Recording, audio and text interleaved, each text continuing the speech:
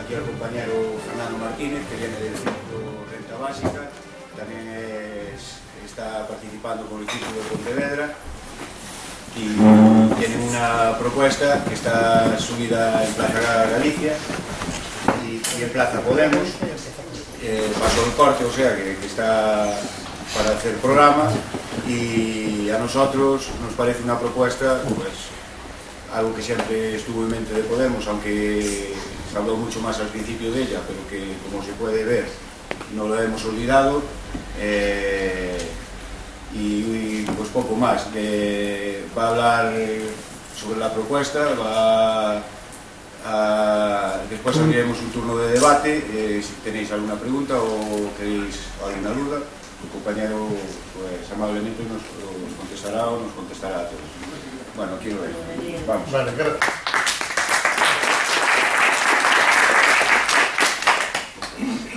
Bueno, pues buenas tardes, gracias a todos por venir. Voy a intentar explicar cuál es la propuesta que ha preparado el Círculo Renta Básica de Podemos. No es la postura oficial del partido, es una propuesta, no es la postura oficial, es de un círculo a nivel estatal, por supuesto, y que en este momento tiene la propuesta en Plaza Podemos para que la gente vote y lo apoye y pueda entrar en el programa electoral.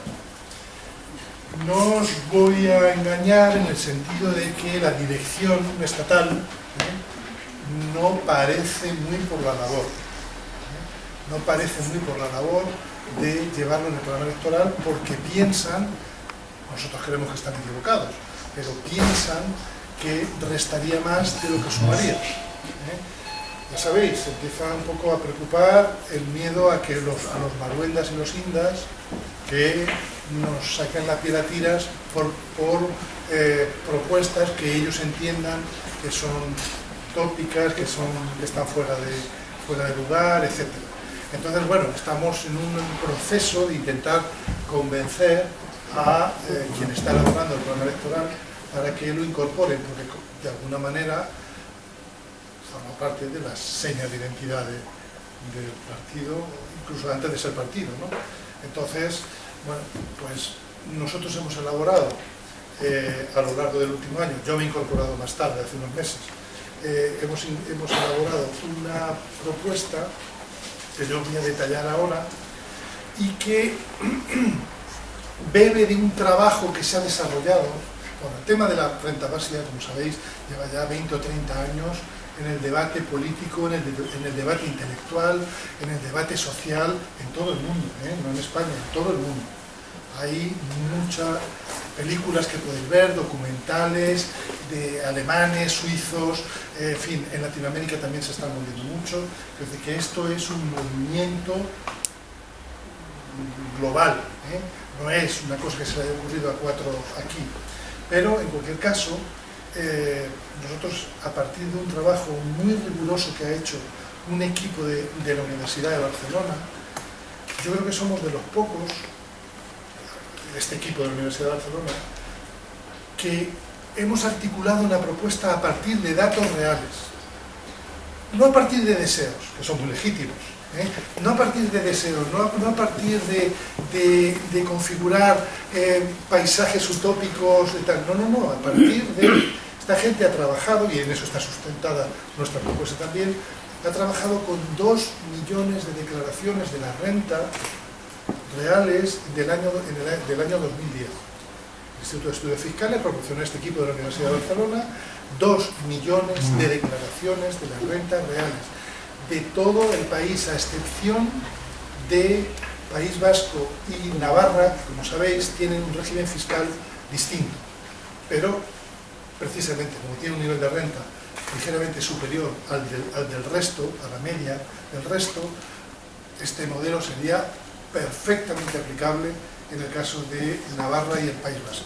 Pero todo lo que yo voy a hablar aquí está basado, toda la parte cuantitativa, todos los números están basados en ese estudio real que ha hecho un equipo catedráticos de la Universidad de Barcelona. Por tanto, no estamos hablando, repito, de un modelo de un modelo de deseos nada más, sino que está, creo que bastante bien fundamentado desde el punto de vista técnico.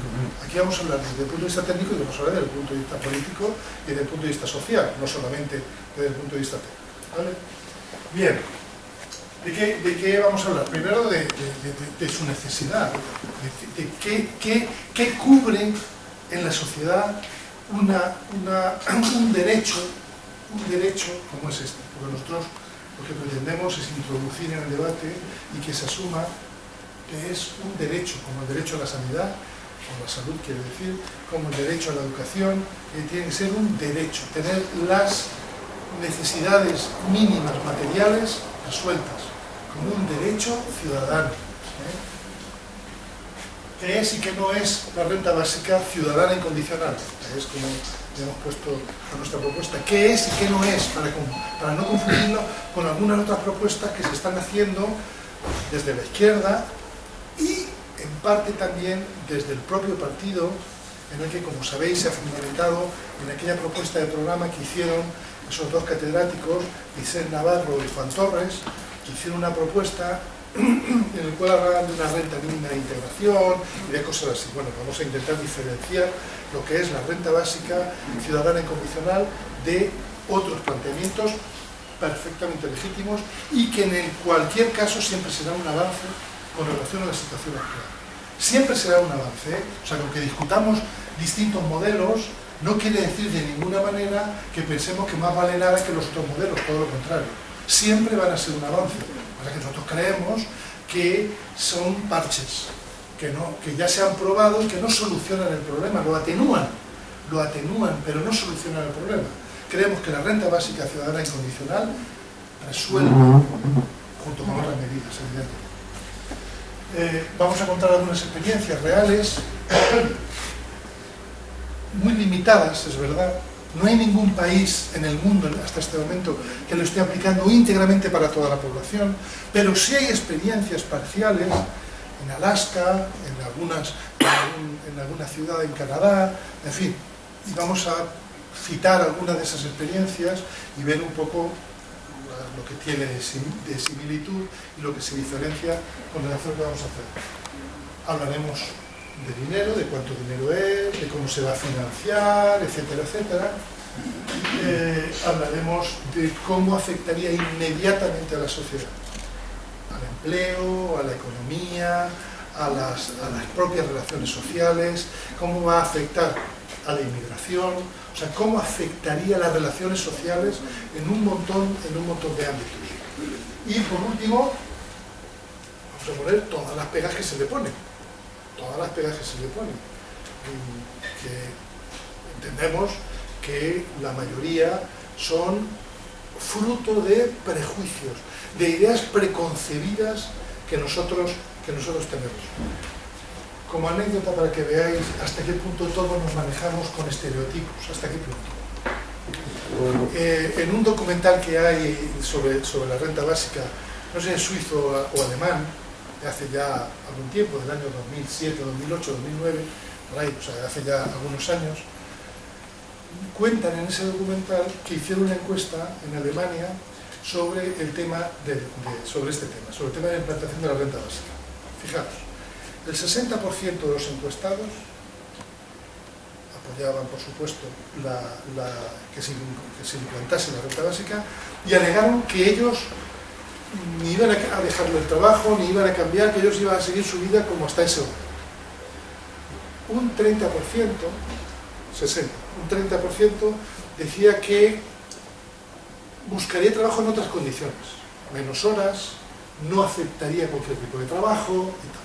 Y un 10% decía que no trabajaría ni de coña, que con eso no sé de cuánto era el importe que se planteaba, que no trabajarían ni de coña, el 10%, que dejarían de trabajar. Sin embargo, cuando a estos mismos se les preguntaba, eso hablando de sí mismos cada uno, yo no dejaría de trabajar, yo cambiaría mis condiciones de trabajo, yo no trabajaría ni de coña. Pero cuando le preguntan qué esperaba que iba a pasar con los demás, el 80% decía que los demás no querrían trabajar. Fijaros, que la renta, que es uno de los reproches que se le hacen, es que es un criadero de vagos, o puede ser un criadero de vagos. Pero cuando hablamos de los demás, o sea, el 80% decía que los demás no trabajarían, pero solamente el 10% decía que él no trabajaría.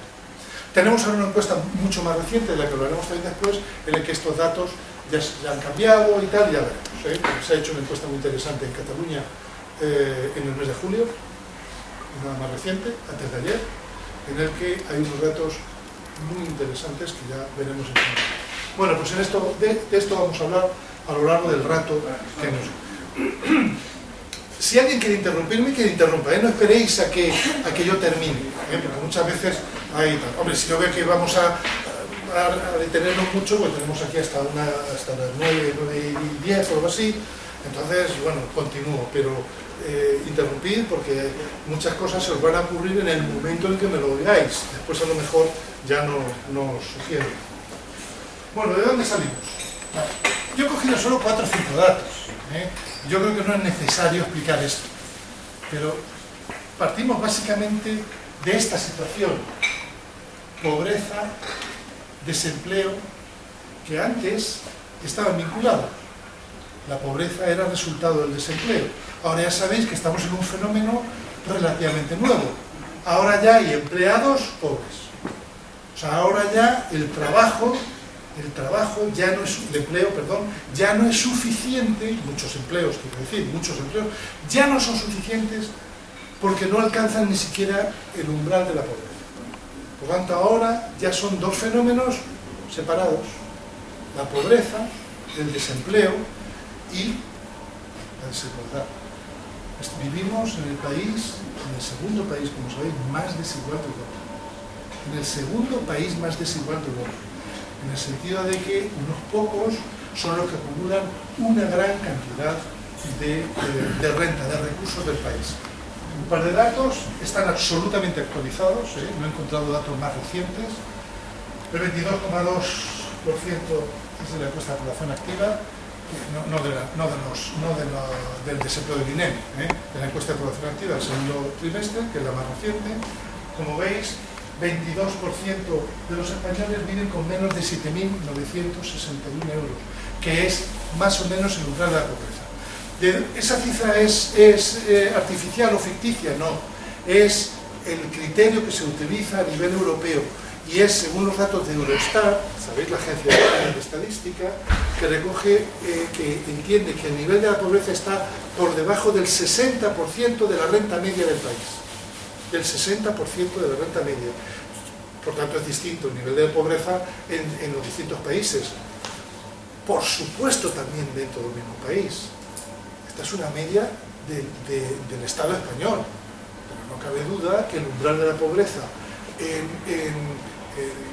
las zonas donde es más caro vivir estará muy por encima de esto.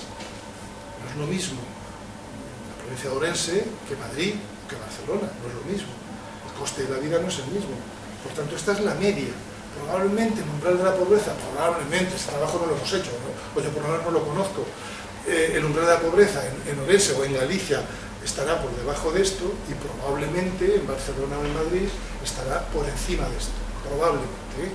La media está en 7.900 euros. El 22,2% de los españoles vive por debajo de ese nivel mínimo que se entiende que es el de cubierta las necesidades materiales.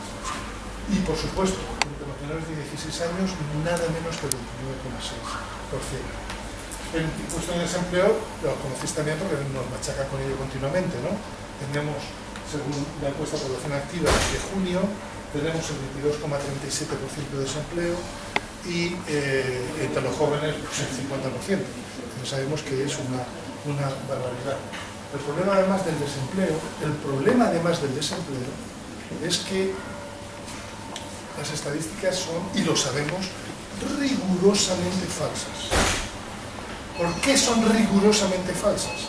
Porque dan como empleado, o alguien como empleo, a gente que ha trabajado 2 días en el mes, que se dan como empleado. A gente que está a jornada parcial involuntariamente. Otra cosa es el que esté voluntariamente a jornada parcial, pero la cantidad de gente que está trabajando a jornada parcial de manera involuntaria y se les da como empleados. Y estamos debajo de ese umbral de la pobreza. Por eso digo que estos son valores estadísticos, que en la realidad la situación es infinitamente peor, en la realidad. Y en cuanto a la desigualdad, repito, estamos en el país más desigual de Europa, en el segundo país más desigual de la Unión Europea, el segundo país más desigual de la Unión Europea, ¿no? Y donde han crecido las diferencias de manera más rápida en los últimos años, ¿no? Donde los salarios altos, las rentas altas, están más lejos de las rentas bajas. Las 20 personas más ricas de España, estamos hablando de España, ¿no?, igualan los ingresos de los 10 millones más. Los 10 millones más. Las 20 personas más ricas. El número de hogares sin ningún tipo de ingresos se situó en 757. Estos son 6 datos que he puesto que me parecen los más representativos, pero repito, podríamos acudir a muchas más estadísticas para recoger la situación. Pero hay algo que todavía no está en las estadísticas. Está en los estudios de sociología, en los estudios políticos, pero no están las ideas. Se apoyan las estadísticas, pero no lo recogen directamente, que es la precariedad. La precariedad. Y lamento muchísimo tener esta convicción, pero la precariedad, siempre ha habido algo de precariedad, pero la precariedad, de manera tan generalizada como está ahora, ha venido para quedarse. Ha venido para quedarse. Que nadie piense que, aunque sea verdad que ahora mismo se está saliendo en parte de la crisis, bueno, por lo menos está creciendo el PIB y tal, aunque eso tenga una parte de verdad, no vamos a discutir las causas por las que está saliendo, si es el turismo, si es el bajo precio del petróleo, tengo las causas. Si hay algo que es absolutamente cierto, es que nunca va a haber, no, rectifico, que cada vez va a haber menos empleo, no menos trabajo, menos empleo. Salgamos o no salgamos del pozo en el que estamos metidos. ¿Por qué? Ya lo sabéis, la mecanización, la automatización, la robotización. Pero si todos los estudios lo están diciendo a nivel mundial, que hay uno que publicó hace poco un periódico inglés, una revista inglesa, ahora mismo no recuerdo el nombre, no sé cuál quiero decir, que hablaba que en el 2030 habrán desaparecido el 50% de los empleos actuales. En el 2030, dentro de 15 años, habrá desaparecido el 50% de los empleos actuales. Es decir, que lo que nos espera es la sociedad casi de Blade Runner, o si recordáis, o de estas películas que llaman distopías, ¿no?, de futuros siniestros, que no es hacer melodrama. Es que es así, es que la semana pasada todavía salía que una filial de Telefónica con 150 trabajadores iba a despedirnos a todos porque los iba a sustituir por sistemas automáticos. Iba a despedir a los 150 trabajadores de esa filial porque lo iba a sustituir por unos robots, por procesos automáticos. Si esto es imparable, pero si esto es imparable, si es que estamos continuamente desarrollando nuevas tecnologías precisamente para prescindir de la mano de obra. ¿Qué pensamos? ¿Que ahora todos vamos a ser ingenieros de desarrollo de páginas web? Y ingenieros de sistemas, todos los que vienen del sector de la construcción y del naval y de todo eso se van a convertir en ingenieros informáticos. Es decir, que esto ha venido para quedarse. Tenemos que hacer algo. Y la renta básica entendemos que es, si no la única, desde luego una de las pocas medidas que se van a poder tomar para anticiparse a lo que nos espera. Que lo que nos espera, repito, es cada vez menos empleo. Cada vez menos. Bueno, ¿qué es la renta básica, por favor? La que nosotros planteamos. Es una renta, es decir, monetaria, en dinero, no en prestación de servicios. También no estamos diciendo que tenga que desaparecer la prestación de servicios. No es un cheque siquiera para que elijas el colegio que quieras, o para que elijas el sanatorio o el hospital que quieras, o para que vayas, compres los libros para los niños, o que en la librería que quieras. No. Es dinero en efectivo. Dinero. Es una renta monetaria. ¿Por qué es básica? lo que es el nivel mínimo para asegurar el sostenimiento de las personas, en el sentido material, el mínimo, como os he dicho, el 60% de la renta media del país. Es ciudadana, no es universal, no es universal. No se puede implantar la renta básica universal en un solo país, no se puede. No se puede, claro que sería lo justo. Si estamos defendiendo los derechos humanos, está claro que todos somos iguales. No es planteable, en un solo país no se puede plantear. Por tanto, quedarían excluidos los residentes extranjeros que no lleven un tiempo X, lo planteamos 5 años, pero que no lleven tal. Por tanto, está limitada a los que tienen los derechos de ciudadanía, es decir, a los españoles en este caso, a los extranjeros nacionalizados, o a los extranjeros que están con residencia legal. ¿Que es frustrante? Sí. No teníamos capacidad para pasar una renta a todo el que viniese aquí, aunque fuese el caso. Por tanto, es ciudadana. E incondicional. Esto es lo que diferencia el planteamiento de la renta básica de cualquier otro planteamiento. No hay otro. Es que es incondicional. No tienes que demostrar que eres pobre para tener derecho a la prestación. ¿Esto qué quiere decir? ¿Que Amancio Ortega tendría derecho a la prestación? Sí. Claro, qué barbaridad, Dios mío. ¿Los ricos también tendrían derecho a la prestación? Claro, la reforma fiscal le va a multiplicar por 1000 en los impuestos, que hablan del caso de hipotético Amancio Ortega, ¿no? Igual que nadie discutiría, hoy alguien discutiría que los hijos, los nietos, los bisnietos o los sobrinos de Amancio Ortega tendrían derecho a ir a cualquier instituto, o que el pueblo tendría derecho a ir a la sanidad pública. Claro que no va a ir a la sanidad pública, pero ¿alguien se ha pasado por la cabeza decirle que él no tendría derecho? O que sus hijos o sus nietos no tendrían derecho a ir a un colegio público. Claro que tienen derecho. Sabemos que no van a ir, que los mandarán a Suiza o a donde sea, pero es un derecho ciudadano. Nosotros entendemos que el derecho a la salud es un derecho ciudadano, es un derecho de todo el mundo, igual que el derecho a la educación. Por tanto, ahí no excluimos ni a ricos ni pobres, pues aquí es exactamente lo mismo. Sería un derecho ciudadano, en el que no está condicionado a que estés en el desempleo, a que estés en la pobreza, a que lleves parado no sé cuánto tiempo, a que tengas no sé qué tipo de incapacidad que te impide tal. No está condicionado a nada. Por tanto, esta es la diferencia fundamental con todas las demás propuestas que nosotros vamos a ver, porque hay muchas propuestas muy elogiables, pero que están condicionadas a que demuestres que lo necesitas.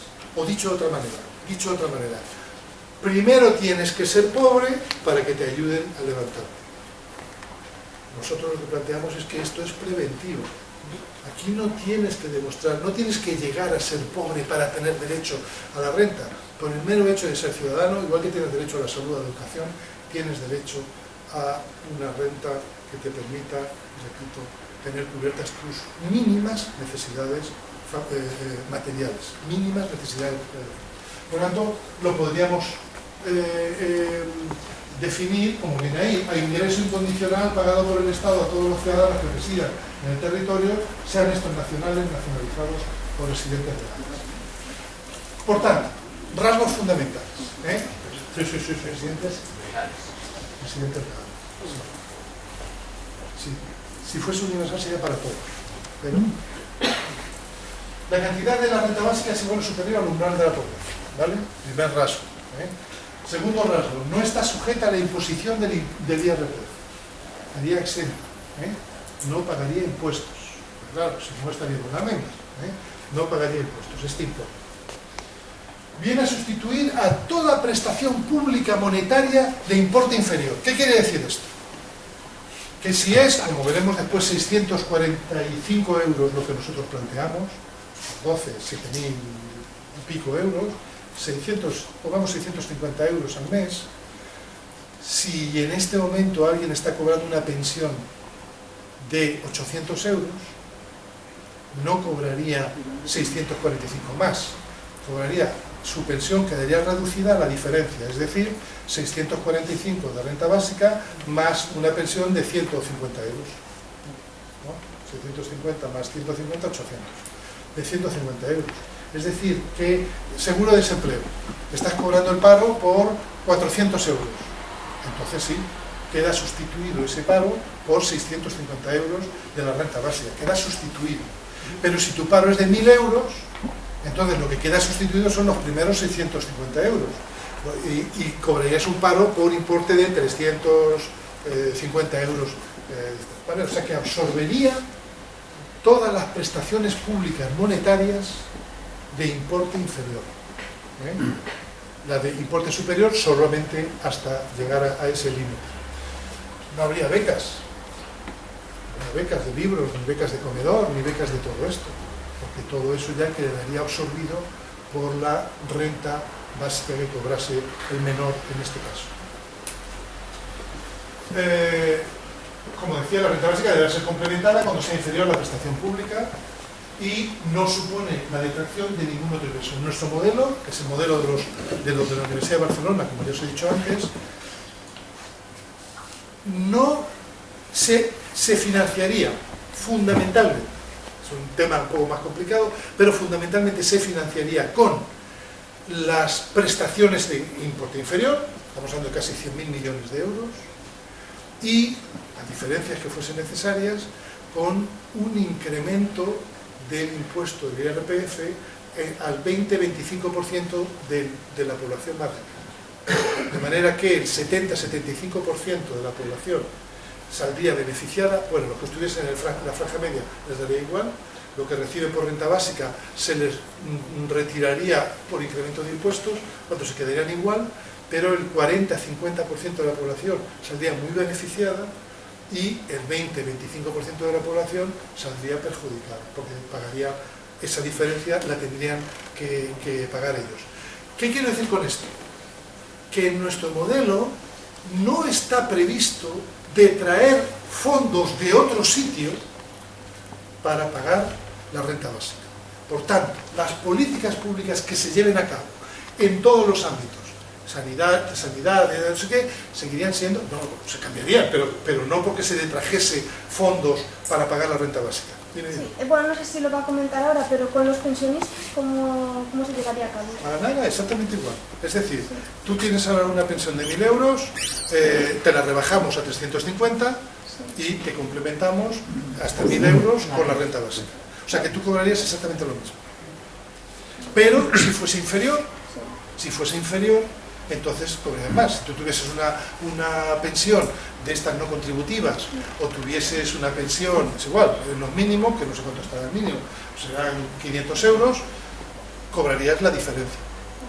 O sea que a los pensionistas, en principio no se hace eso. Quizá las pensiones muy altas, quizá las pensiones muy altas, las de 2.000, 2.500 o 3.000 euros, no sé, no he hecho tal, pero probablemente esas sí serían perjudicadas, porque el incremento de impuestos probablemente absorbería el importe íntegro de la renta básica. Eso sí saldría perjudicado.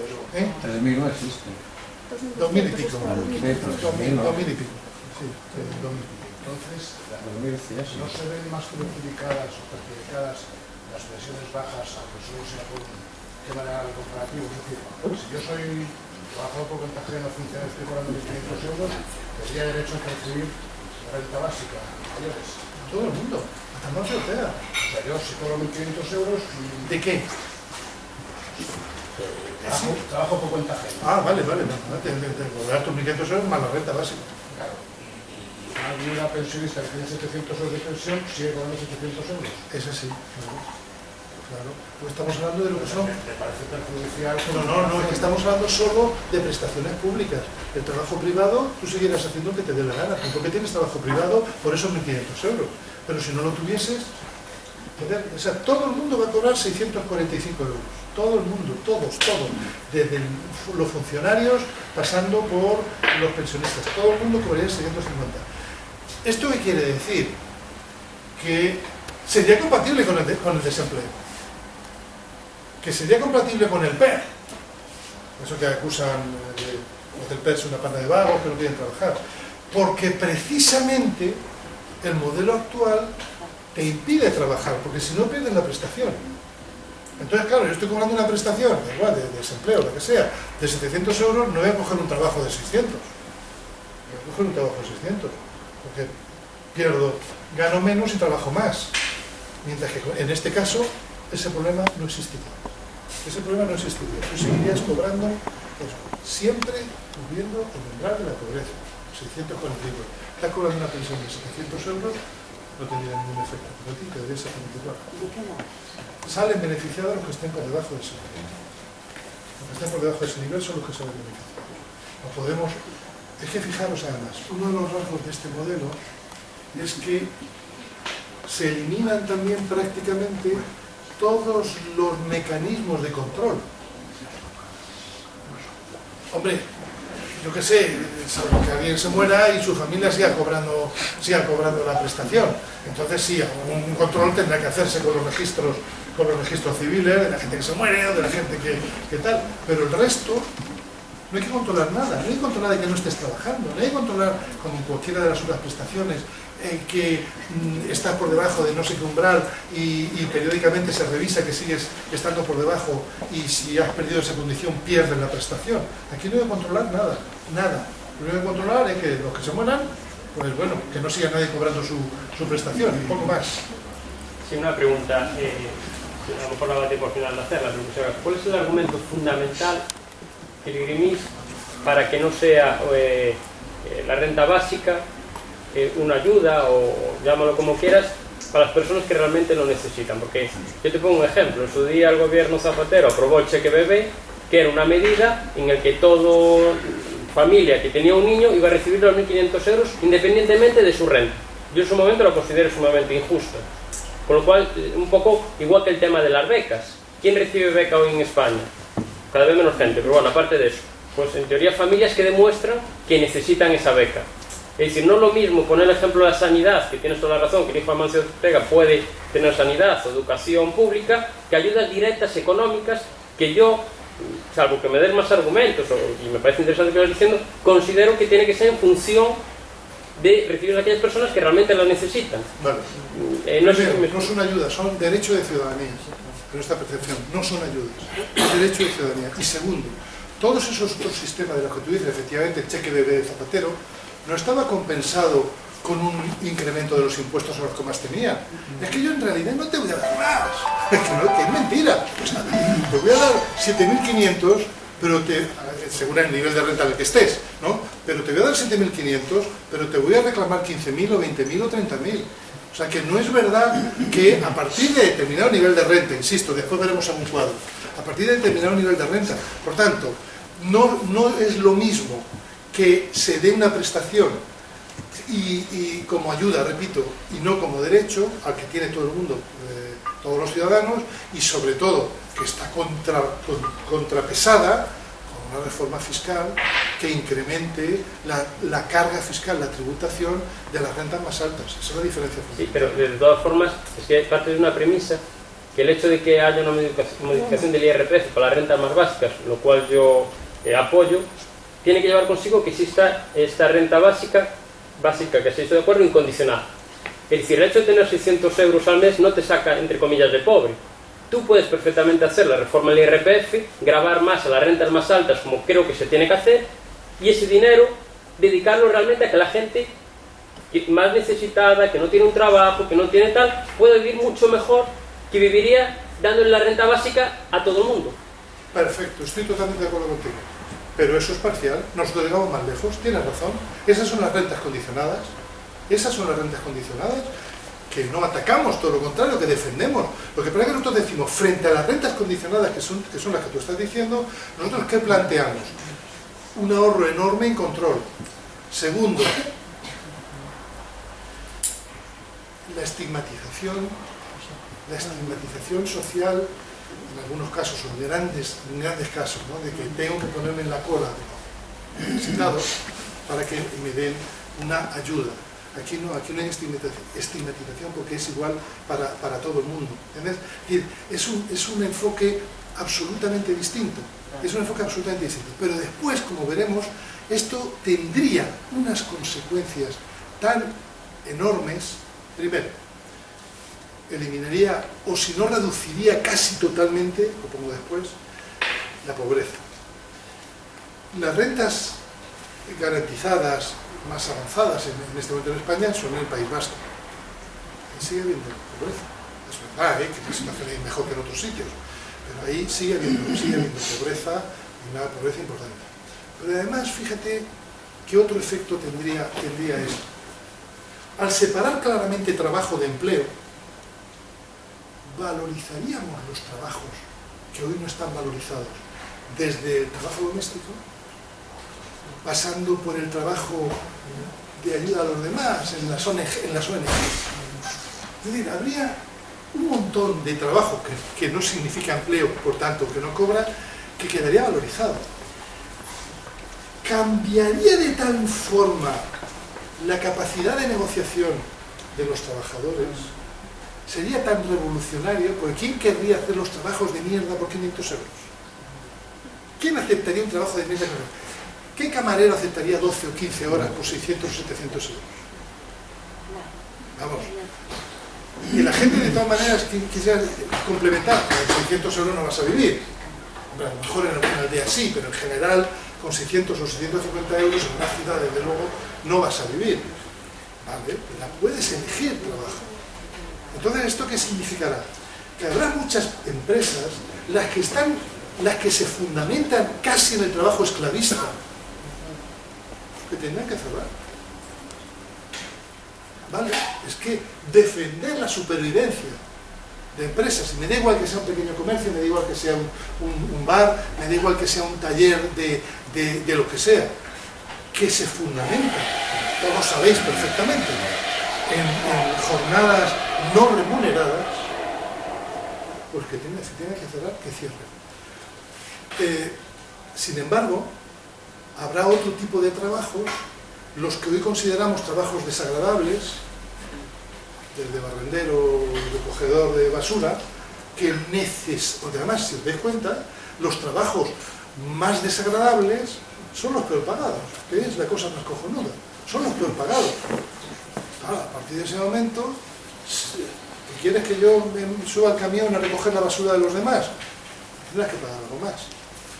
Y desde luego, no jornadas exhaustivas. Cambiará absolutamente las relaciones laborales, absolutamente. Claro, en una empresa en la que los salarios más bajos, los trabajos menos respetados, no les quede otro remedio que subirlos, caben dos opciones: o que los empresarios ganen menos, cosa que dudo, o que los salarios más altos tengan que bajar. Es decir, este tipo de medidas son hipótesis, ¿no? Parece que razonables. Las diferencias salariales que hay, sobre todo en las grandes empresas, esas diferencias salariales bestiales, injustificadas, necesariamente tendrán que acercarse, salvo que pensemos que ahora el capitalista, el dueño de la empresa, opte por ganar menos dinero. Él va a querer seguir ganando el mismo dinero, el mismo.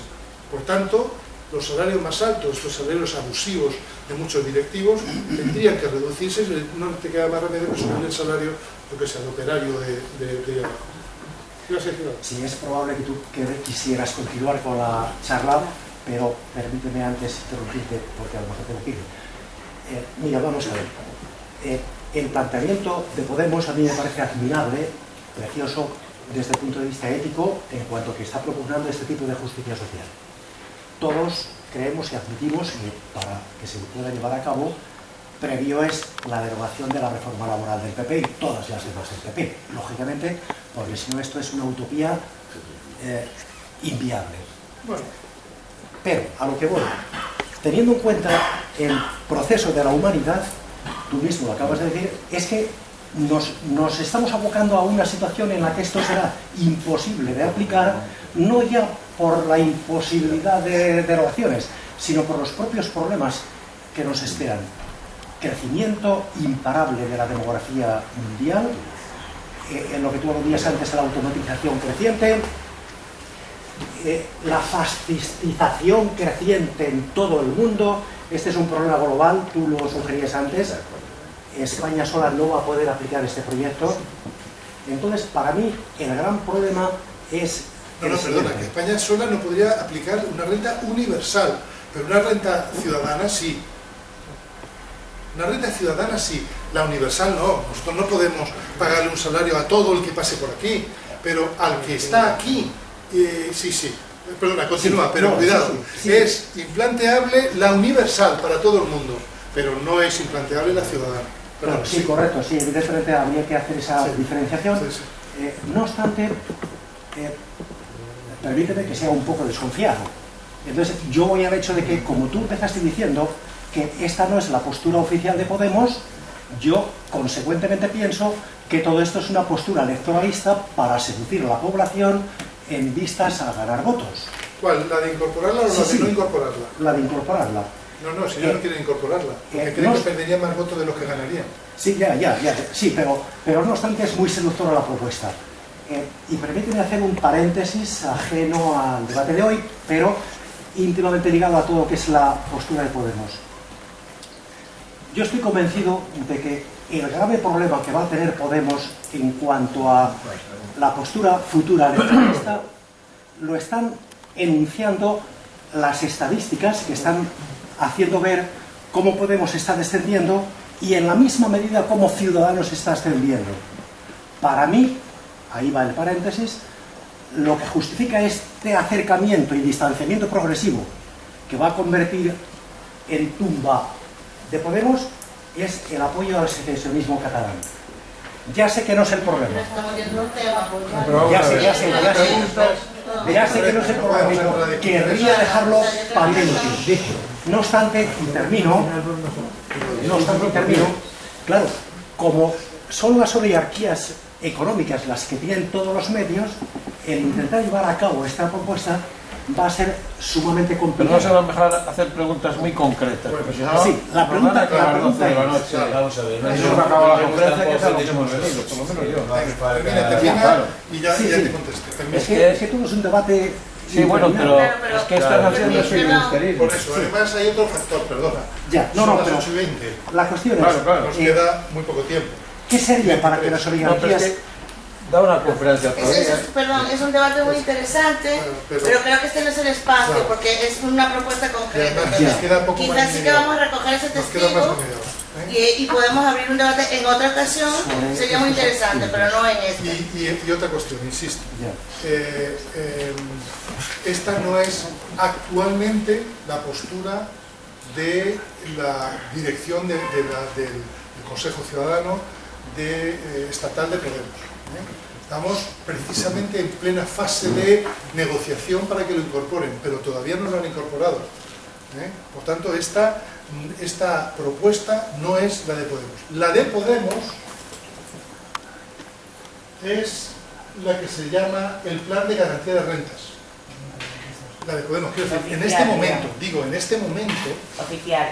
La oficial, en este momento, que todavía no es oficial. Bueno, exactamente, todavía no es oficial, pero en este momento, lo que está en ciertos borradores del programa económico y social de Podemos, en los borradores, porque todavía no es oficial, es la Plan de Garantía de Rentas.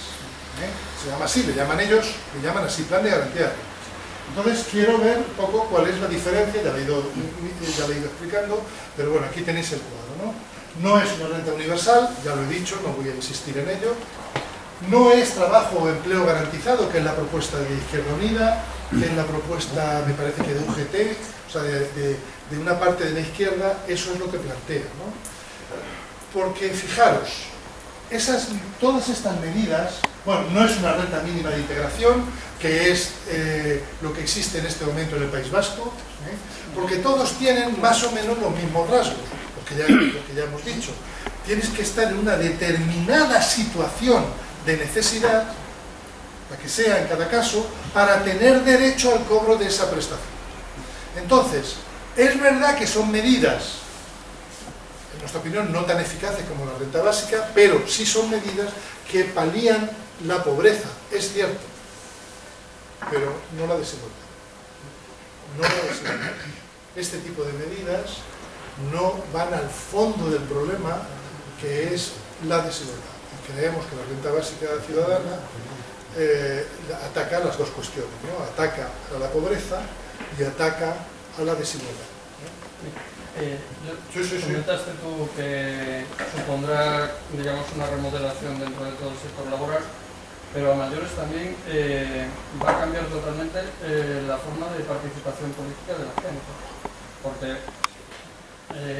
ya, aunque partamos del modelo neoliberal, donde se supone que el que tiene un nivel censitario puede ejercer la política, lo vivimos a día de hoy, que si tú consultas quién realmente hace política, hay muchísimo personal liberado, con unos horarios especiales, pero ¿por qué? Porque disponen de recursos, tanto de tiempo como de dinero. Exacto. Y ahí, al otorgar a la ciudadanía esa parte, aunque que sea mínima, es un suelo, pero es un suelo desde el que poder subir hacia arriba, no un pozo del que te sacan, para volver a un mínimo después. Entonces, a nivel político va a ser un antes y un después, si realmente se implanta este nivel de renta básica. Vamos. O sea, es que además, por otro dicen, ¿dónde están las mayores bolsas de abstención además?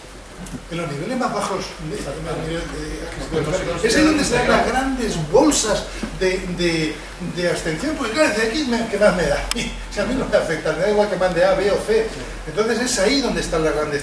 Y efectivamente, para la participación activa en la política. Es una forma de recuperar todos los outsiders que ahora mismo están, y son una parte muy importante de la sociedad, que están absteniéndose del proceso político. Y se ven las encuestas que eso cada día va a mayores. Ya no solo para los partidos mayoritarios, sino para los minoritarios también. Digamos que nuestro target tendría que ser esa parte abstencionista de la sociedad. Y esto es una medida para volverlos a traer, aunque solo sea a la sociedad. Después, que participen como quieran y que voten a quien quieran, pero los vuelves a integrar. No construyes guetos asistenciales a través de ayudas, becas, subvenciones, donde la libertad individual está a expensas de lo que te pueda conceder un Estado benefactor, entre comillas.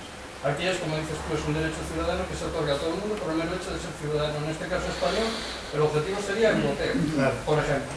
¿Vale? Y ahí, hay un movimiento muy fuerte. Ese ya es otro nivel de combate que ya llegará su momento. A mí lo que me extraña es que no hayáis planteado, por ejemplo, habéis hablado de una pregunta muy concreta de Mancio Ortega. Bien, tiene derecho a que se le asista, pero naturalmente que tiene derecho, pero pagando. Es decir, este señor, a partir de un índice que gana, por 100 millones de euros, sí, se le asiste, pero al final se le da una factura en donde paga el 100%. No es el modelo que... No es el modelo... Es decir, esta es una idea que tengo yo, que se podría... Ha salido ese tipo de ideas, han salido muy a menudo, y al final acabas en lo mismo. Si tú le quitas ese tipo de derechos, esas prestaciones... Sí, le quitas, pues le cobras, ya no es... a una parte de la población, legítimamente esa parte de la población diría, ¿por qué tengo que pagar impuestos? ¿Por qué tengo que pagar impuestos que se dedican a la sanidad si yo no tengo derecho a la sanidad? ¿Por qué tengo que pagar impuestos que se dedican a la educación si yo no tengo derecho a eso? Por eso siempre, en general, yo desde luego personalmente lo pienso así, creo que si hablamos de derechos ciudadanos, en este caso, y universales, en el caso de la sanidad y todo eso, yo creo que debe ser sin exclusiones. Eso sí, vas a pagar, pero a través de los impuestos. Vas a pagar, y vas a pagar mucho más, pero a través de los impuestos. Perdona, que no te hemos dejado intervenir. Bueno, no pasa nada. Que quería decir que, como todo derecho, tiene un deber, ¿no? Entonces, ¿qué contraprestación sería renunciable, sobre todo a efectos de... Pago de impuestos. No, o sea, pero no es renunciable para las partes que puedan ser interesadas. Sí, tú puedes renunciar, tú no tienes por qué ir al hospital público de aquí, claro, tú puedes ir si quieres a la clínica Mayo en Estados Unidos, allá tú. Es decir, tú puedes no ejercerlo, por supuesto. ¿Y a efectos fiscales? Pero si, no, porque esto no tributa. Esto no tributa, por tanto, allá tú si quieres cobrarlo o no quieres cobrarlo. Fiscalmente va a ser absolutamente neutral. Pero entonces las personas con una mayor renta, realmente si lo cobrasen, se tendría que grabar más también. No, a ellos se les va a grabar por el resto de sus rentas. Por el resto de sus rentas. Entonces, te voy a dar 7.500 euros, pero si tú ahora pagas de impuestos al año 50.000 euros de impuestos, te voy a dar 7.500, pero a cambio te voy a cobrar 80.000. O 90.000. Por tanto, te voy a dar 7.500, pero te voy a coger 30 o 40.000 más de lo que pagas en este momento. Pero claro, es que no quieren los 7.500 euros, allá tú. Fiscalmente es irrelevante porque eso no está grabado, esa parte. ¿Hay alguna experiencia de implantación?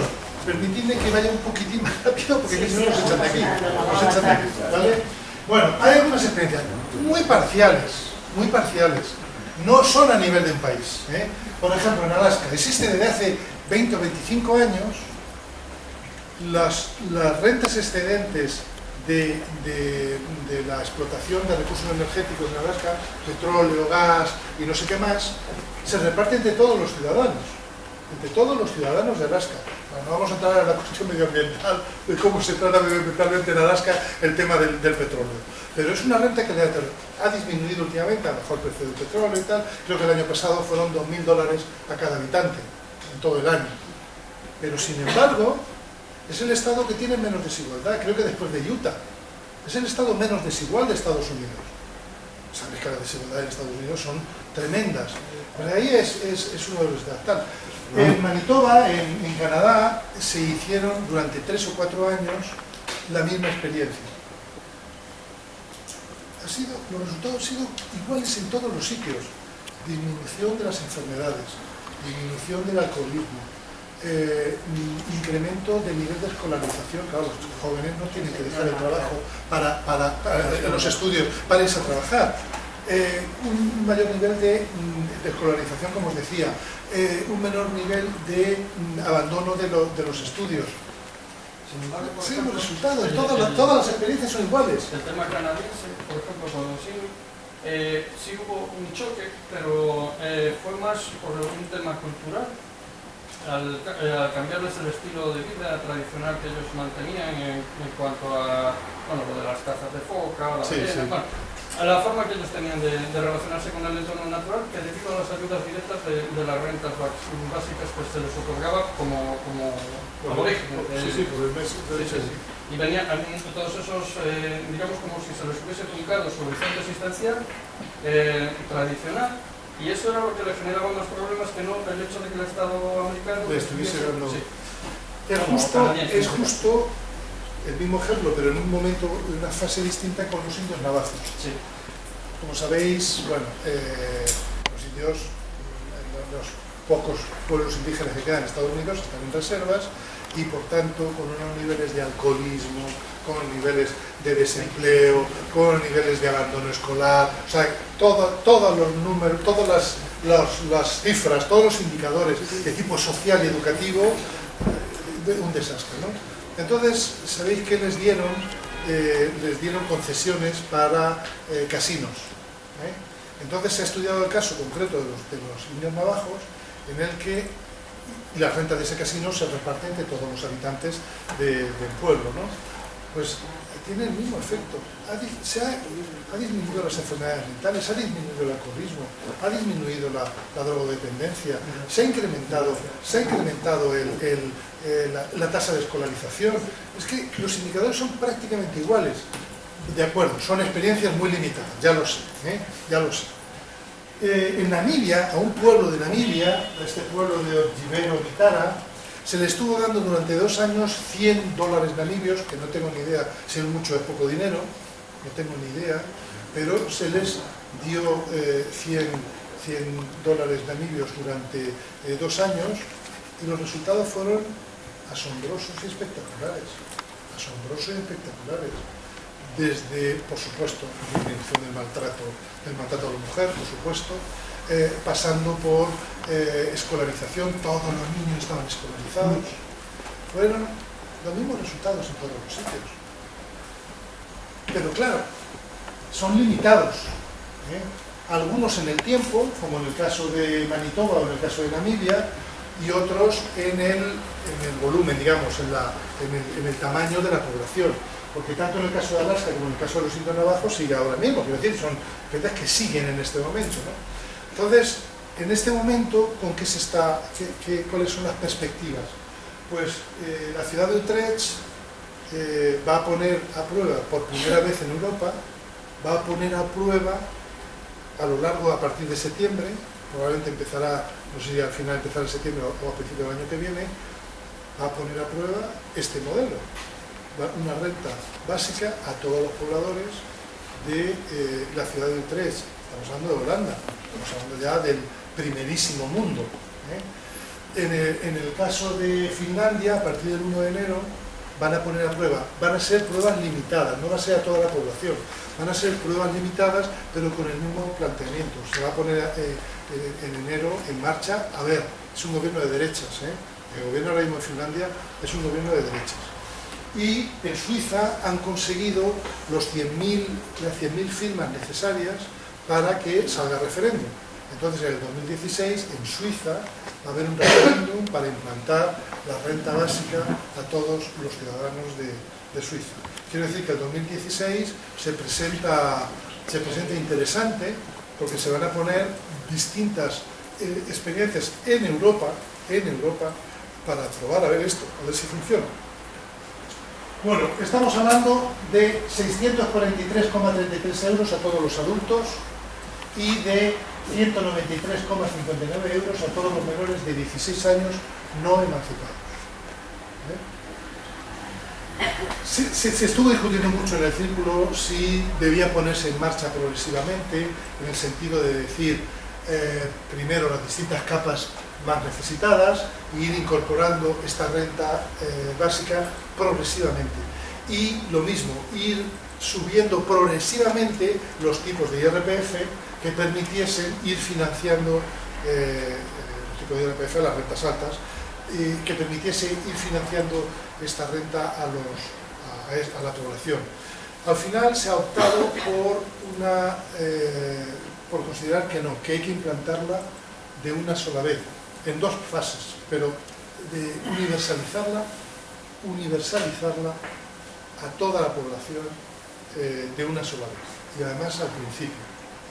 Lo que pasa es que en una primerísima fase, en la que todavía los efectos de la reforma fiscal no estuviesen ya plenamente vigentes, se plantea que la renta sea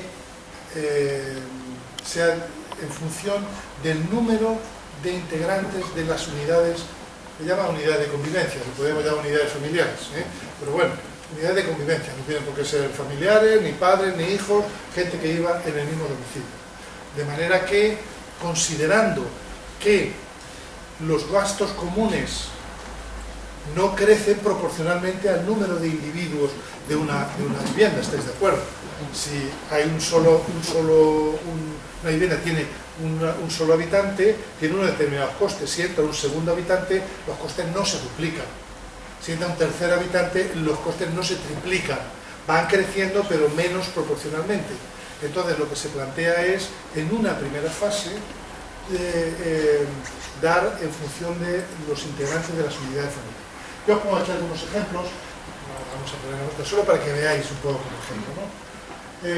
Con un adulto, los ingresos por adulto serían íntegros, 645 euros para un adulto. Por tanto, por unidad familiar, 640. Pero si hubiese dos adultos, entonces serían 483 por adulto. 100% el primer adulto, 50% el segundo adulto, pero no haciéndose así, porque quién es el primero y quién es el segundo, se repartiría entre los dos, ¿vale? Por tanto, pero la manera de calcularlo es, primer adulto 100%, cada adulto adicional un 50%, pero se va distribuyendo entre todos, para que nadie diga que a mí me corresponde el íntegro y a ti el 50%. Bueno, pues eso es una escala, como veis. Con dos adultos el ingreso sería 968, tocaría 483 por adulto, con tres adultos 1290, con cuatro adultos, con cinco adultos. Pero estas no son las unidades de convivencia más habituales, las más habituales son las que tienen menores, ¿no?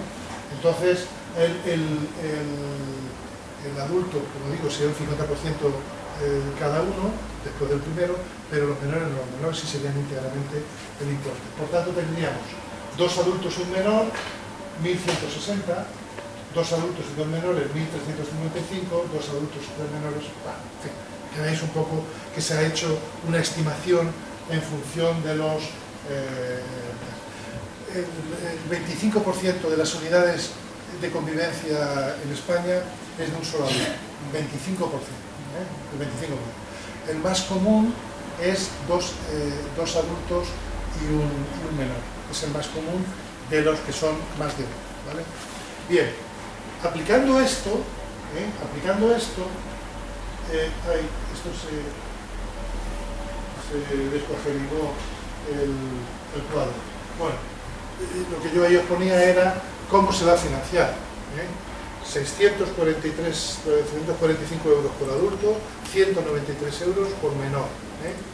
Entonces, ¿cómo se financiaría eso? Fundamentalmente con ahorro de otras prestaciones. En pensiones nos ahorraríamos 54.000 euros, nos ahorraríamos en pensiones, porque quedarían absorbidos por la renta básica, es decir, son las cuantías inferiores a 645 euros. En prestaciones por desempleo, 22.000. En desgravaciones por familia, por vivienda y tal, bueno, insisto, lo siento, había ahí un cuadro que nos daba 95.000 euros. 95.000 millones.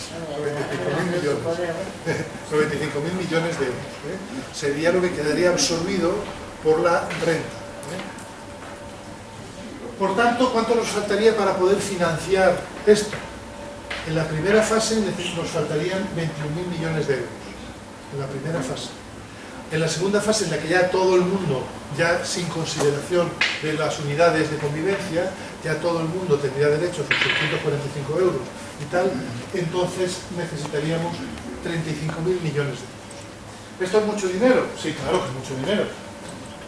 Pero vosotros sabéis perfectamente que España está 7 puntos por debajo de la media europea en carga fiscal.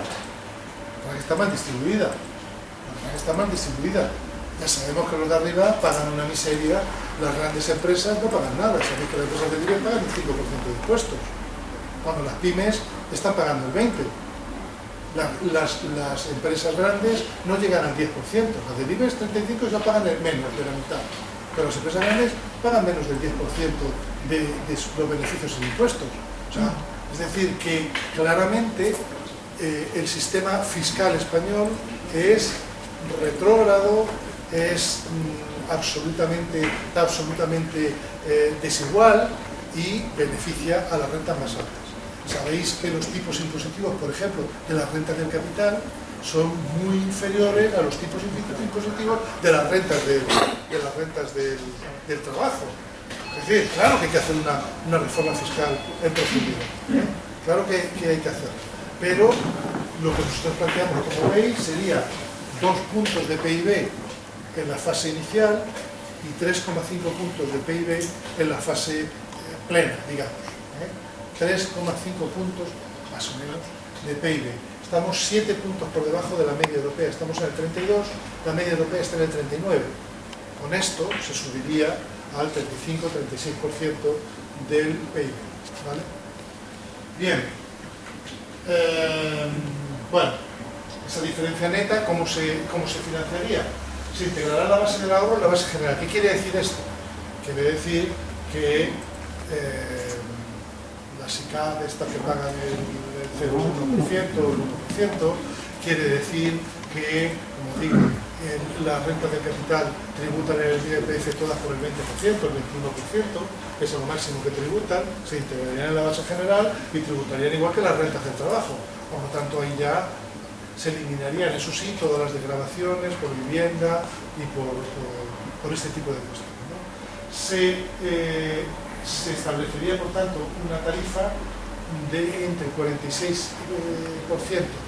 en la primera fase, 21.000 millones de euros necesitamos, y subiría hasta el 49,5% en la segunda fase cuando ya fuese plena. No es, por tanto, son tarifas confiscatorias, como dice, absolutamente para nada. Y, por supuesto, habría otra fuente. Los autónomos, como sabéis, tienen un límite de cotización. Por abajo tiene un mínimo, pero también por arriba tiene un máximo. Cualquiera que sea la cantidad que tú ganes, lo máximo que cotizas son 3.597 euros año. No, de ingresos mensuales, perdón. De ingresos mensuales. Es lo máximo que cotizas, aunque cobres 8.000 euros al mes. Entonces, claro, se eliminaría esos límites en la seguridad social, de manera que, una vez más, los que más cobren también pagarían más. No se quitarían los límites en la pensión. Se limitaría en la cotización, no en la pensión.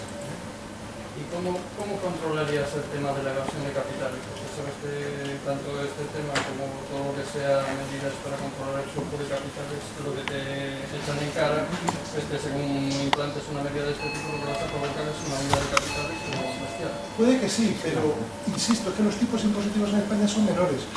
Se van a hacer todos como Gerard Depardieu y se van a ir todos a Rusia.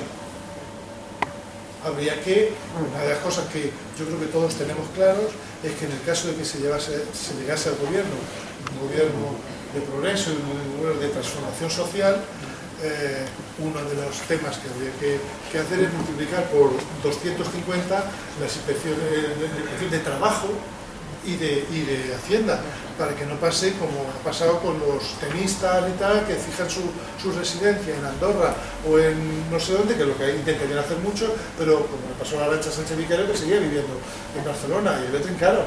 Ahí demostraron que no se había ido a vivir a Andorra, que vivía en Barcelona, y ahí le dieron. Entonces hay que multiplicar todo eso. Entonces, en otros sitios van a encontrar una alta tributación igual. Y en Mónaco, no sé, en Andorra y tal, pues habrá que llenar eso de policía o de inspectores para ver que controlen cuántos días vives, cuántos días duermes. Para fijar la residencia fuera de España tienes que estar más de 187 días. Por tanto, habría que tomar ese tipo de medidas. Pero el riesgo, sin duda, sin duda. Pero hay que asumirlo. Bueno. Ya estamos terminando. Efectos que tendría, por tanto, la implantación de la renta básica. Ya los hemos ido diciendo, ¿no? Sobre la pobreza. La eliminará o al menos la reduciría drásticamente. Y diría, casi instantáneamente. Además, fijaros una cosa. Los servicios sociales, y muchos de vosotros tenéis alguna vinculación con los servicios sociales, el principal problema para ejercer su actividad es la pobreza. Es la pobreza. En el momento que eso queda, los servicios sociales podrán dedicarse a temas reales, a temas de alcoholismo, temas de... ¿Claro? Porque ahora mismo la mayor parte del esfuerzo y de tal queda diluido, porque en situaciones de pobreza es muy difícil mejorar en otros aspectos, ¿no? Sobre el empleo, lo que decíamos, ¿no? Reforzará la capacidad de negociación de los trabajadores, sin ninguna duda, sin ninguna duda. Reforzará la capacidad de negociación de los trabajadores.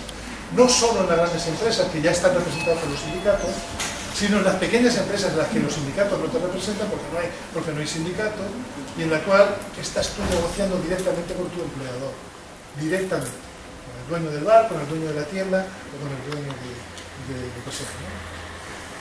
Se incrementará el trabajo voluntario a tiempo parcial. Entonces sí habrá mucha gente que querrá trabajar a tiempo parcial, pero de manera voluntaria. No como ahora. Se incrementará sin ninguna duda. ¿Esto qué consecuencia tendrá? Que se repartirá más el trabajo que hay.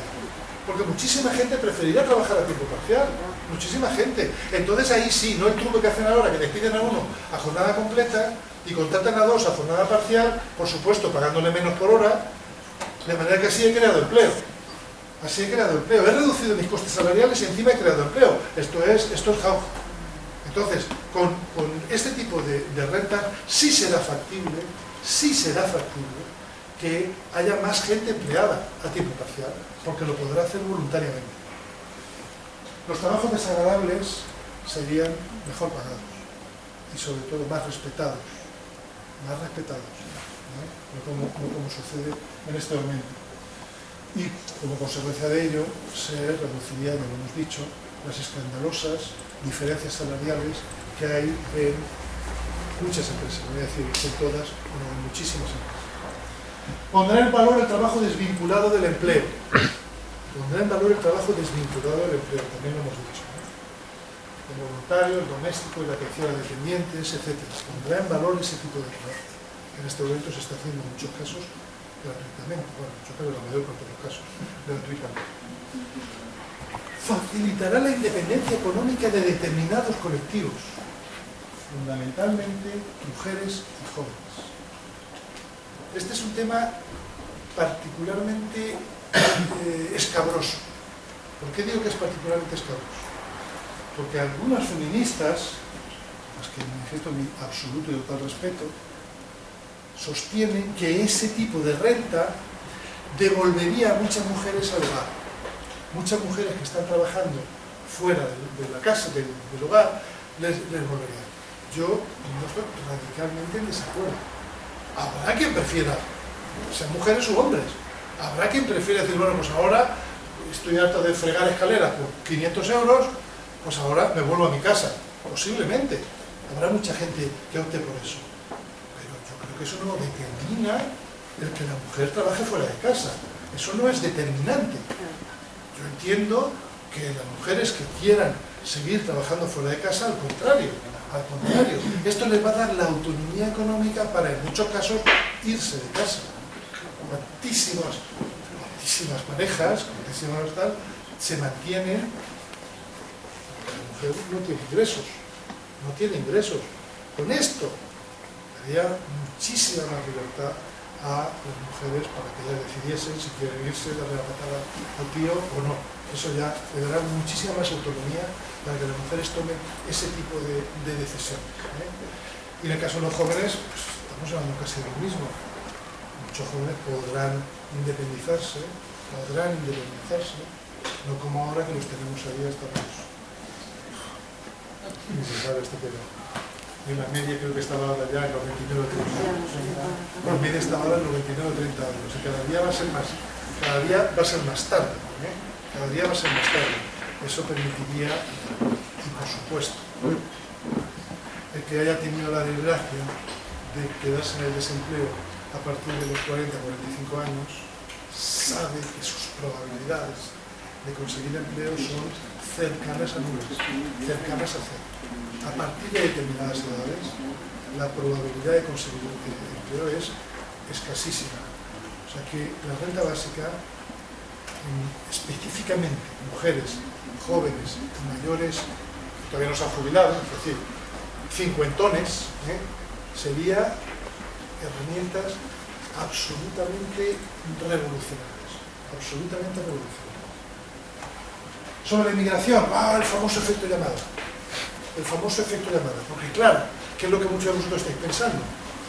Si efectivamente ahora alguien para ser barrendero va a pedir que nada de 500 euros o lo que sea, 600 euros que esté cobrando, que solo lo hará, vale, por 600 euros, pero nada de jornada de 8 horas, sino por 4 horas, entonces todos estamos pensando, fomentará la inmigración ilegal, acabarán recurriendo a inmigrantes que no cobrasen la renta, que sí estarían dispuestos a asumir esos trabajos desagradables y mal pagados. El efecto llamada existe ya y es el resultado de la desigualdad entre los distintos países. El efecto llamada existe ahora. ¿Qué dicen esto de que efecto llamada porque les dé sanidad a todo el mundo? Que eso tiene un efecto llamada. El efecto llamada es la desigualdad, la miseria y la pobreza. Eso es el efecto llamada. Y toda la gente que huye, en nuestro caso básicamente de África, en el caso nuestro específico de España, ¿qué huye? ¿Qué vienen? Porque a un paisano suyo se le da asistencia sanitaria. Porque viene un momento de la miseria, de las guerras y de todo eso. O sea que el efecto de llamada, de existir, existe ya. Y el efecto de llamada es la desigualdad. La desigualdad entre los países, la desigualdad entre las sociedades. Evidentemente, volvemos a lo mismo. Habrá que extremar las medidas de control del fraude fiscal, del fraude laboral, etcétera, etcétera. Habrá recursos, se liberará mucho funcionario que ahora mismo solo está controlando, pidiendo papeles para ver que estás en situación absolutamente ruinosa. Sobre la economía, el incremento de renta va a venir a las capas bajas. Por tanto, prácticamente el 100% de eso va a ir a consumo. Muy poco va a ir al ahorro. Habrá que una parte de esa renta puede que vaya al ahorro, pero la mayor parte de esos miles de millones van a ir al consumo. Por tanto, va a tener unos efectos revitalizadores de la economía, sobre todo de determinados sectores, pequeño comercio, hostelería, etcétera, porque va a ir al consumo, no va a ir al ahorro. Habrá quien ahorre, pero la mayoría va a ir al consumo. Por tanto, va a tener unos efectos sobre la economía absolutamente radicales. Sobre el estado del bienestar. Una parte de la izquierda también se opone a este tipo de rentas. ¿Por qué? Muy poca gente sabe que en Estados Unidos el famoso Milton Friedman, que es el modelo de política ultra mega liberal, defendía un tipo de renta parecida a esta. Lo llamaba impuesto negativo, pero defendía un tipo de renta de este tipo para todo el mundo. El gobierno de Finlandia es un gobierno de derechas, pero de derechas, ¿eh?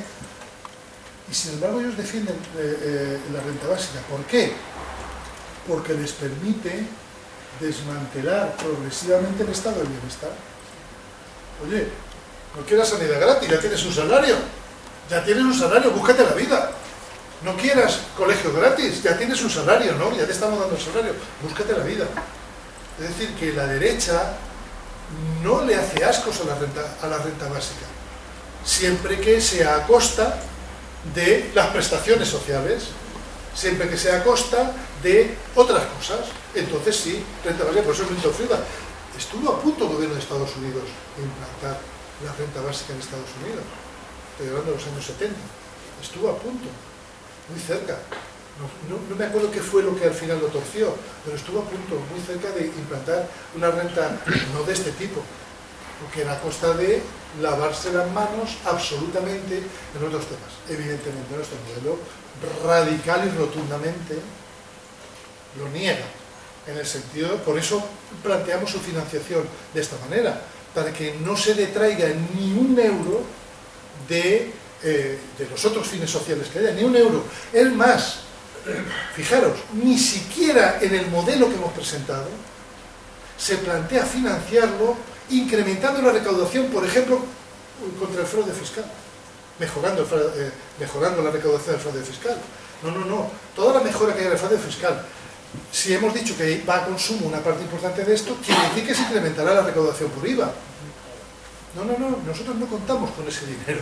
Ese dinero tendrá que seguir utilizándose para seguir mejorando la educación, la sanidad, el I+D, en fin, para todo tal. Por eso nosotros solo planteamos exclusivamente la financiación con el IRPF. Todo el resto de la reforma fiscal que hay que hacer, que hay que hacerla, impuestos a sociedades, ya os he dicho que las grandes empresas no pagan, todo el resto de la reforma fiscal que hay que hacer para incrementar la recaudación, que se dedique a mejorar el estado del bienestar. De manera que no hay en este planteamiento ninguna compensación. Te doy dinero a cambio de que tú te busques la vida. Seguimos planteando, manteniendo los mismos derechos ciudadanos que defendemos. Bueno, y ya prácticamente, solo decir que quiénes serían los más perjudicados. Esto es la renta antes y después de la reforma. Como veis, quien sale perjudicado básicamente son los que cobran aquí. Está planteado también comunidad familiar, comunidad de convivencia. Los que vivan solos se podrían ver perjudicados a partir de los 30, 40, 40.000 euros, cuando está uno solo. En unidades familiares, ya con 2 adultos, tal, que actualmente solo trabaja uno, la única renta que se percibe es de una persona, una unidad de dos adultos y un menor, en la que solo trabaje una persona o solo perciba rentas una persona. Esos, con el nuevo planteamiento, solo saldrían perjudicados a partir de 60, 60.000 euros. A partir de ahí también saldrían perjudicados. Y desde luego, a partir de ahí saldría perjudicado todo el mundo, pagaría más impuestos. Un tema importantísimo, que es el índice de Gini. El índice de Gini es un índice que se utiliza para medir las desigualdades dentro de un país. La desigualdad en las rentas, no en el patrimonio, en la renta, en la percepción de ingresos. En este momento, la media de la Unión Europea, toma un valor entre 0 y 1. 0 es igualdad absoluta. Todos los habitantes de un país cobran lo mismo. Tienen la misma renta. Y 1 es la desigualdad absoluta. Toda la renta del país la cobra un solo habitante. ¿Vale? O sea, está entre 0 y 1. 1, desigualdad absoluta. 0, igualdad absoluta. En este momento la Unión Europea, nosotros estamos en 0,34, mucho más desiguales que la media de la Unión Europea, que está en 0,31. Nosotros somos más desiguales que la media europea. Noruega, los países nórdicos están en 0,22, 0,23. España, si aplicase la renta básica ciudadana, se colocaría en 0,24. Prácticamente al mismo nivel de desigualdad que los países nórdicos. Prácticamente. Y ahora, las principales objeciones, que algunas ya las habéis dicho vosotros, otras más lo pongo aquí. Las principales objeciones. No se puede financiar. Bueno, intenta demostrar, lo han demostrado esta gente de la Universidad de Barcelona, que se puede financiar. Claro, subiendo los impuestos, pero que se puede financiar. Que no estamos hablando de, como dicen algunos en la televisión, de 300.000 millones, esto es una barbaridad. Estamos hablando de 20, 30, 35.000 millones de euros. Se puede financiar. Generará millones de vagos. Os voy a enseñar.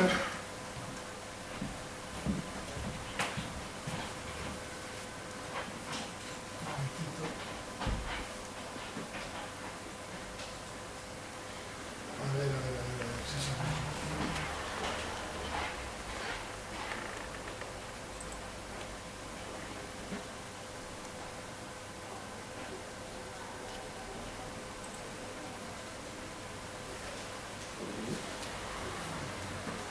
Una encuesta que se ha hecho en Cataluña en julio. 1.600 encuestados, con lo cual me da un nivel de validez estadística bastante interesante, y mirad cuál ha sido el resultado. El 72,3% se encuentra de acuerdo en implantar la renta básica. 73%. El 20,1% se encuentra en desacuerdo. El 7,6% no sabe lo que está. Esto quiero decir que no es cierto que te quite más votos de los que te da. No es cierto que te quite, salvo que aspiremos a llevarnos el 72% de los votos en ese caso. No es verdad. Una gran parte de la población en Cataluña estaría de acuerdo con la renta básica, pero no solo este dato. En todas las edades, en todos los niveles de ocupación, en todos los niveles de tal, como veis, siempre es mayoría los que están de acuerdo. Lo que pasa es que evidentemente cuanto mayor sea, por supuesto, en la izquierda está de acuerdo el 81%. En la centro derecha, la derecha, el 56 o el 64, aún así mayoría. Pero quería ver, este es el dato que yo tenía que ver. Entre los que trabajan, seguirían igual el 86,2%. Si tuviesen la renta básica, los que tienen trabajo seguirían trabajando. El 8% trabajaría menos horas. El 8%, ya tengo esta renta, ¿para qué voy a pegarme las palizas que me estoy pegando? Dejaría de trabajar el 2,9%. O sea que entre los que trabajasen menos y dejarían de trabajar, estamos hablando del 10%. El 80 y tantos % seguiría igual. Entre los desocupados, seguiría buscando, como ahora, el 84,4%. Buscaría un trabajo de menos horas, el 11,4%, y dejaría de buscar trabajo el 2,2%. No les han preguntado, que yo sepa, qué piensan que harían los demás. ¿Qué piensan que harían los demás? Sobre uno mismo, apenas el 2,2% de los parados diría que dejaría de buscar trabajo, y apenas el 2,9% de los ocupados dejaría el trabajo para dedicarse a actividades perfectamente legítimas. Estamos hablando de un derecho ciudadano. También tenemos que desvincular la plena ciudadanía a tener un trabajo. Puede tener la plena ciudadanía dedicándose a la poesía, o a la pintura, o a mirar cómo pasan los. Mucha gente diría, yo voy a trabajar para mantener ese vago.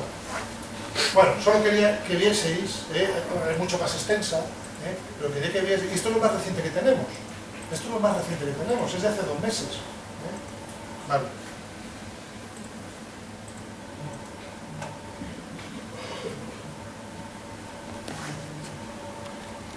Vamos a volver aquí. con la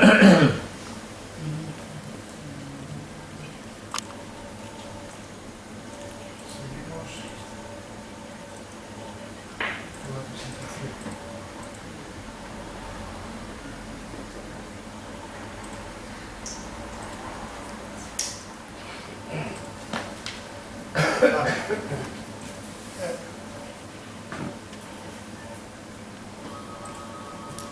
Como decía, generar millones de vagos. Bueno, en cualquier caso, yo os hago una pregunta. ¿Qué preferimos? ¿1 millón, 2 millones de vagos? 11 millones de pobres. Eso es la vamos a responder, ¿eh? Vale, sí, habrá gente que diga que ahora me voy a dedicar a tratar y yo con mi trabajo no me voy a dar, lo que queráis. 1 o 2 millones de vagos, 11 millones de pobres, que cada uno elija. ¿Cuál es el modelo de sociedad? ¿Cuál es el modelo de sociedad que prefieres? Generará inflación. La gente piensa que al haber más dinero y más consumo, subirían los precios. Ese tema, yo creo que es el que más debate ha generado dentro del círculo. Yo creo que es el tema que más debate ha generado. En varios sentidos. Algunos piensan que la mala experiencia, ¿recordáis las ayudas que hubo hace unos años a los jóvenes para alquileres? No sé, con Zapatero me parece que fue también para alquileres. ¿Qué pasó? Que automáticamente los propietarios de los pisos subieron los alquileres. Por lo tanto, fue una subvención al propietario del piso. Entonces, ante esa mala experiencia, mucha gente piensa, algunos compañeros del círculo piensan, que podría haber un efecto similar, sobre todo en el de la vivienda, que es un mercado un poco retorcido, el mercado de vivienda. Puede que tenga razón, que en cuanto tenga más renta la gente, los alquileres suban, pero ya sabéis que hay una forma de que eso, si no se evite, se frene. Porque esto tiene que formar parte de toda una política económica del partido. Esto no puede ser la única medida económica de todo el partido. Alquiler social, vamos a obligar a los bancos y vamos a obligar a la Sareb a que saquen los cientos de miles de viviendas que tienen, que los saquen al mercado de alquiler. Entonces ya veremos si pasaría eso, ya veremos si los propietarios tendrían esa libertad que podrían tener ahora en fijar los precios y en subir los precios. Ponle encima esa medio millón de viviendas más o 600.000 viviendas más, porque eso es instantáneo. Otra cosa es que, por supuesto, habrá que modificar las políticas que nosotros llevemos también en la línea de fomentar desde las administraciones, sobre todo las locales, el modelo de Viena y todo eso, ¿no? Fomentar las viviendas no para la compra, no para la propiedad, sino para el alquiler social. Eso son políticas a más largo plazo, pero sacar a la calle 100, 300, 400, 500.000 viviendas, eso, un decreto ley, una ley, no sé qué, y en 3 meses o 6 meses tienes un montón de viviendas en toda España en alquiler. Por tanto, bueno, habría que tomar medidas que intentasen contrapesar ese riesgo de incremento de los precios. Pero es un tema que no negamos que pueda existir en algún momento, pero no desde luego al nivel, como dicen los más agoreros, de absorber, de que la subida de precios absorbiese el incremento de renta de la gente. Hasta ese nivel supondría que además de que un poco de inflación no nos viene nada porque estamos en deflación, como muy bien sabéis. Estamos en deflación, En este momento, que subiese 1, 2 o 3 puntos la inflación en España no sería nada perjudicial. En este momento, otra cosa más adelante. Incrementará la fuga de capitales y la renta más alta, implantar un IRF confiscatorio, estabas diciendo, ¿no? Bueno, entendemos que lo mismo, que tampoco tienen mucho sitio donde ir, no se van a ir todos en pelotón a vivir a Mónaco, a vivir a Andorra, porque en el resto de los países también los niveles tributarios son altos, para las fortunas los niveles son altos. Tendrán un efecto llamado de inmigración ilegal, bueno, de esto también ya hemos hablado, y sobre todo de la izquierda, como he dicho, es injusto que afecte a toda la población, cualquiera que sea su nivel de renta, intenta explicar que se compensará más que sobradamente con la subida de impuestos, por tanto no será cierta esa transferencia de renta hacia los más ricos, no es cierta. Es el primer paso para desmantelar el estado del bienestar, ya os he dicho que está claro que esto tiene que formar parte de una política que vaya justo en la dirección contraria y desincentivar el trabajo fuera de casa, la mujer en especial, como también en el caso, ¿no? Hay muchas más objeciones, pero como veis, estas son la mayoría de las objeciones van en esta línea, ¿no? En mi opinión, la medida con mayor capacidad de transformación social que pacíficamente, no estamos hablando de tomar el poder por las armas, que se puede tomar, en mi opinión. No hay nada más revolucionario fuera de la otra opción con más capacidad de transformación social que la implantación de la renta básica ciudadana incondicional. No hay ninguna otra medida. ¿Esto quiere decir que nos parezca mal que se apliquen otras medidas parciales? No. Lo que pasa es que nadie piense que habría una transición de la renta garantizada a la renta básica y tal, porque son temas que no tienen nada que ver. Estamos hablando de incondicionalidad, y sobre todo estamos hablando de derechos, no de ayudas. Estamos hablando de implantar una cultura social, unos valores sociales que dejen de primar el empleo como el rasgo básico de la ciudadanía. Hoy, si no tienes empleo, socialmente eres un desgraciado, una piltrafa. El esfuerzo que nosotros tenemos que hacer también es para cambiar esa concepción social. Y bueno, pues nada más, espera que pasamos a la última, en el que quiera el documento completo de la renta que ha elaborado el círculo, pues aquí tiene una dirección, y el que le parezca que esto merece la pena y quiera apoyarlo dentro del partido, pues aquí tenéis la dirección para apoyar la propuesta de que se incorpore al programa electoral en general. Si entráis en Plaza Podemos encontraréis allí algunas propuestas relacionadas con esto, porque yo creo que la mayor parte de las bases de Podemos está por la labor. La mayor parte de las, por lo menos de los que participan activamente en Plaza Podemos. Os pongo un ejemplo. Nosotros hicimos una exposición, hubo 300 y pico votos favorables en Plaza Podemos. Instantáneamente el equipo económico, asesor económico, hizo una contrarréplica que nosotros hemos vuelto a replicar y obtuvo 11 votos negativos. Nuestro planteamiento obtuvo 300 positivos, el del equipo asesor obtuvo 11 negativos. Quiere decir que está candente en este momento dentro del partido, que es la medida que más apoyos ha tenido y por tanto creemos que es el sentir de las bases. Por lo menos que participan activamente, entran en Plaza Podemos, opinan, votan, o sea, por lo menos de los más activos, no tenemos ninguna duda de que, y aquí en Participa Podemos y la propuesta 101 llevamos 17.000 apoyos, 17.000 apoyos. El problema, como sabéis, es que por culpa del censo, cualquier iniciativa de estas para que salga necesita el 10% del censo, que son 370.000 afiliados, con lo cual necesitamos 37.000 votos. No hay ni una sola iniciativa que haya superado, que haya llegado a ese nivel. Sabéis que tenemos un problema de censo, aunque de los 370.000 es evidente que apenas 30 o 40.000 tienen niveles de actividad del 10%. Entonces nosotros creemos que 17.000 votos positivos quiere decir que en general las bases de Podemos están a favor de esto, pero necesitamos que todo el mundo empuje. Por mi parte nada más, ahora ya también nos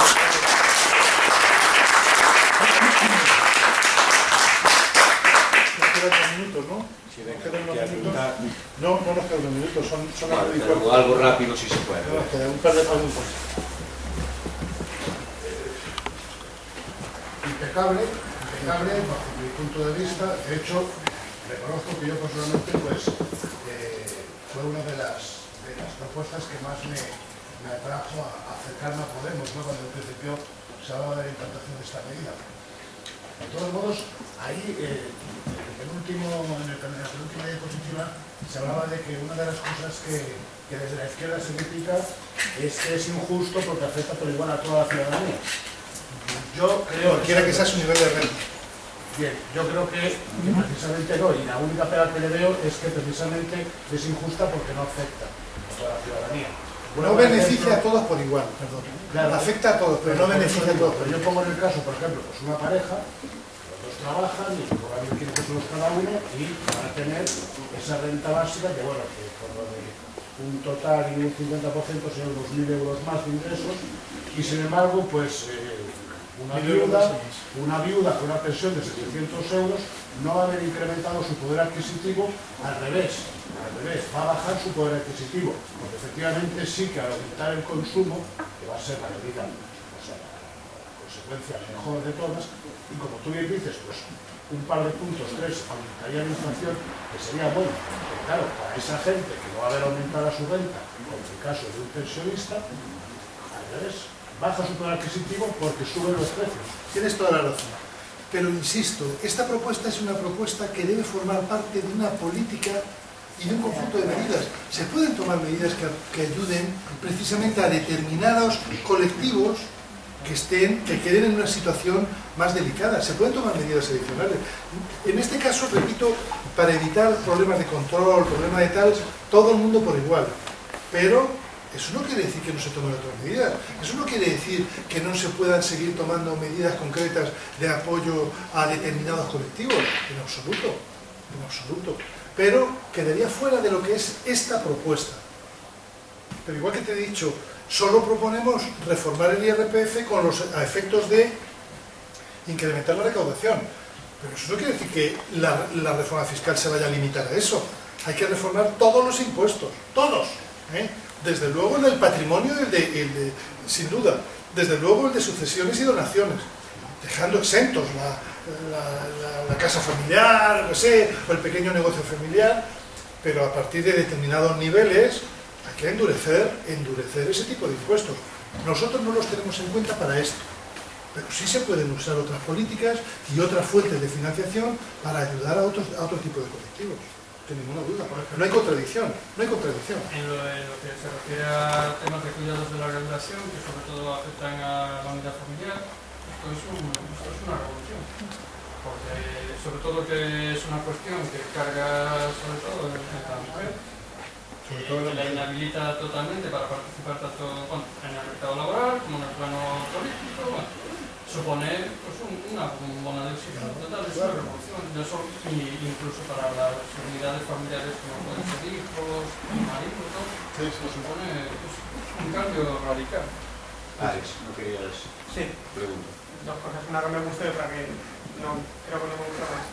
La que me gusta es un plus que tendría esta medida sobre las zonas rurales, que es que ruralizaría buena parte de nuestro país. O sea, si la vivienda en el medio rural está mucho más barata y la vida es más placentera, con mucha gente que va a la periferia de las ciudades, migraría al campo, lo que conllevaría además un incremento de la actividad agraria, una alimentación más saludable, etc. O sea, que es un beneficio. La transformación social sería tan grande que muchas cosas yo tampoco alcanzo a verlas. Es un beneficio muy interesante.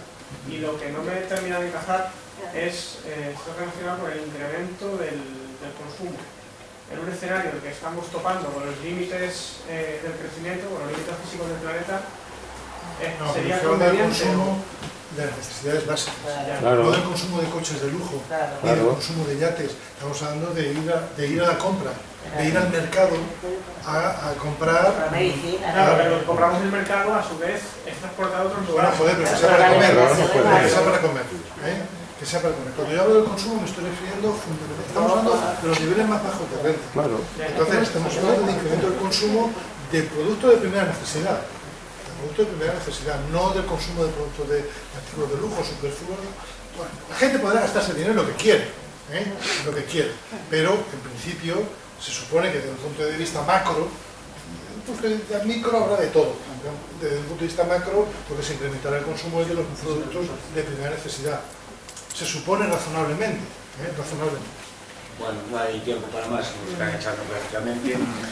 Solamente decir que es de agradecer que compañeros como Fernando y los del Círculo de Renta Básica trabajen para nosotros y para el colectivo, y súper importante que salgamos de aquí pensando lo que pensemos, positivo o negativo, que haya gente como Fernando que pasa su tiempo a venirnos a traer esa información. Creo que es de ley aplaudirle y